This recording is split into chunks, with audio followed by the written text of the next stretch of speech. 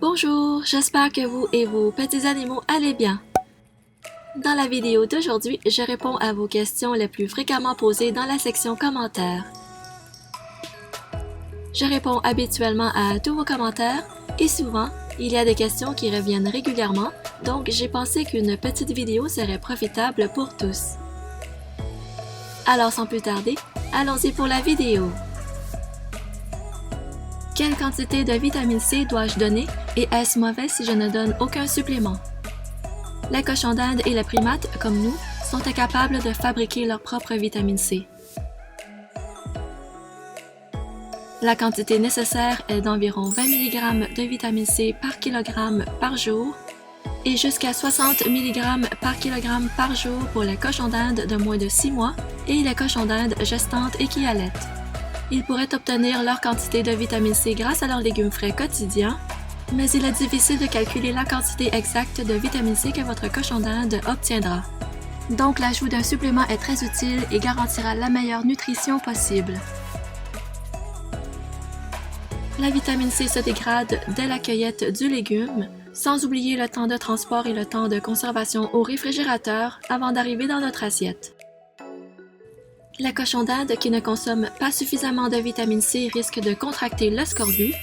Et oui, le scorbut, cette maladie dont les mères nous parlaient quand on ne finissait pas notre jus d'orange le matin, et cette carence peut entraîner plusieurs problèmes de santé tels que des vaisseaux sanguins fragiles provoquant des saignements internes, une formation anormale du cartilage et des os, de l'édème douloureux des articulations pour n'en nommer que quelques-uns. Je vous suggère de donner au moins des suppléments tous les 2 jours, voire tous les jours, tout en nourrissant vos petites boules de poils avec une alimentation quotidienne appropriée composée de 80% de foin de qualité, 15% de légumes frais et 5% de granulés nature. Comme les humains, tout excès de vitamine C sera excrété par les urines.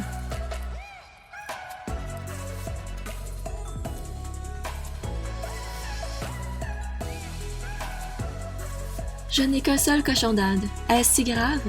Dois-je en adopter un autre? J'aime rappeler aux gens que les cochons d'Inde sont des animaux grégaires et ont besoin de congénères pour être heureux et en bonne santé.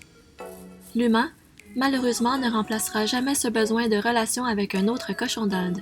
Sachant que 2 valent mieux qu'un, je pense que c'est super important si vous envisagez d'investir dans un cochon d'Inde, de pouvoir vous en offrir 2, ce qui comprend l'animal, la cage, la nourriture, les soins et tout le reste nécessaire pour leur donner les soins appropriés. Ce sont des animaux créatifs et peuvent communiquer avec d'autres cochons d'Inde lorsqu'ils ont besoin d'un soutien supplémentaire pour se sentir en sécurité. Souvent, chez la femelle, elles peuvent mourir de solitude et de dépression lorsqu'elles sont seules.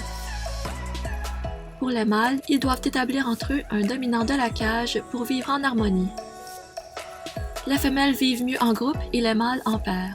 En 2021, nous avons suffisamment de ressources, suffisamment d'informations et de preuves sur les soins appropriés et nous devrions tous savoir qu'il ne faut jamais en adopter un, malgré ce que l'animalerie pourrait vous dire.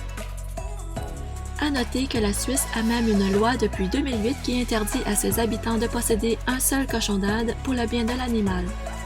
Non seulement la Suisse est excellente pour les contrôles alimentaires, mais elle est également pour la santé mentale et le bien-être des animaux. Nous espérons que la Suisse pourra inspirer plusieurs autres pays sur cette voie.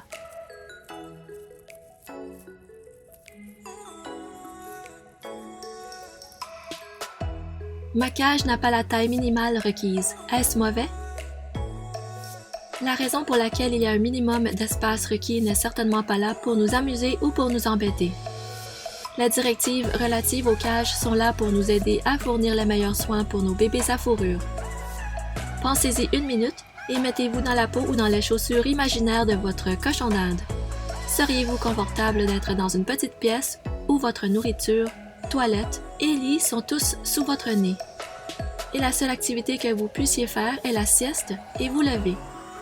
Si vous avez une petite cage qui ne remplit pas la condition requise pour un cochon d'Inde, ce n'est pas sans espoir. Vous pouvez toujours l'améliorer. Vous pouvez aussi changer de cage si vous le pouvez et l'ancienne cage ne sera pas perdue. Elle fera une excellente cage de transport soit pour les visites chez le vétérinaire, soit pour les vacances ou même pour faire la quarantaine lorsque un de vos cochons d'Inde est malade et qu'il a besoin de soins spécifiques. Le temps hors cage est tout aussi bien à considérer. Sortez votre petite boule de poil au moins une fois par jour pendant au moins 1 heure sera bénéfique pour sa santé physique et mentale. Ma litière en polaire sent mauvais après une journée. Est-ce normal? Votre litière en polaire ne devrait pas être malodorante après seulement une journée. Une litière en polaire de bonne qualité aura des odeurs à partir du 3e ou 4e jour. Si votre litière a tendance à sentir mauvais très rapidement, cela signifie que le niveau d'absorption est faible et que l'urine finit par rester en surface plus longtemps, ce qui favorise donc la formation d'une odeur désagréable. L'urine du cochon d'Inde est pratiquement sans odeur. Si l'urine a une odeur assez perceptible et d'une couleur généralement rosée à rouge, cela indique généralement une infection de la vessie et qu'une visite chez le vétérinaire s'impose. Un petit conseil, évitez qu'il y ait trop de foin qui traîne dans la cage puisque si les cochons d'Inde urinent dessus, le contact du foin avec l'urine donnera une forte odeur désagréable. L'utilisation des coussinets de rechange est un bon moyen de garder une cage plus propre plus longuement.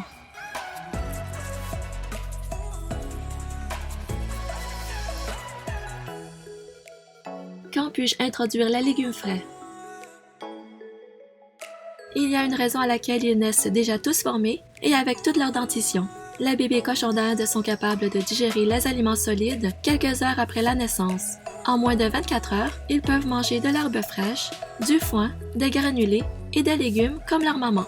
En règle générale, vous allez pouvoir adopter un bébé cochon d'Inde à partir de la 4e ou la 6e semaine de vie, selon l'éleveur, car ils seront sevrés du lait maternel graduellement vers la 3e et la 4e semaine de vie.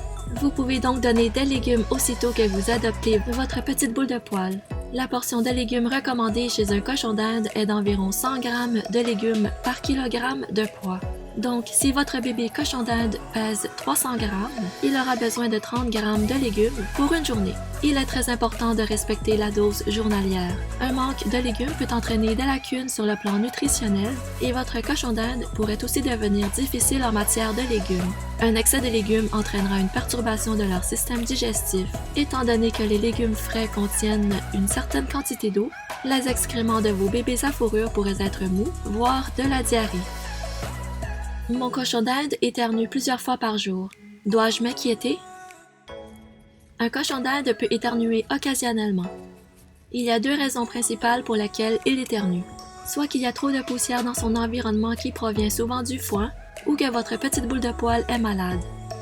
Si votre cochon d'Inde éternue plusieurs fois par jour, plus qu'une dizaine de fois, et qu'il a de larmoiement, un nez qui coule ou qui est humide, qui semble moins enjoué, moins actif que d'habitude et que son appétit a diminué, il faudra consulter un vétérinaire spécialisé le plus rapidement possible. L'état de santé d'un cochon d'Inde malade se détériore assez vite lorsqu'il n'est pas pris en charge rapidement. S'il éternue plusieurs fois par jour sans aucun autre symptôme nommé plus tôt, vous devriez peut-être essayer une autre marque de foin. Un bon foin devrait avoir une belle coloration, une bonne odeur, avoir de longues tiges et ne pas être émietté. Pour toute inquiétude, s'il vous plaît ne pas hésiter à consulter votre vétérinaire. Votre cochon d'Inde a le droit d'avoir accès à des soins adéquats.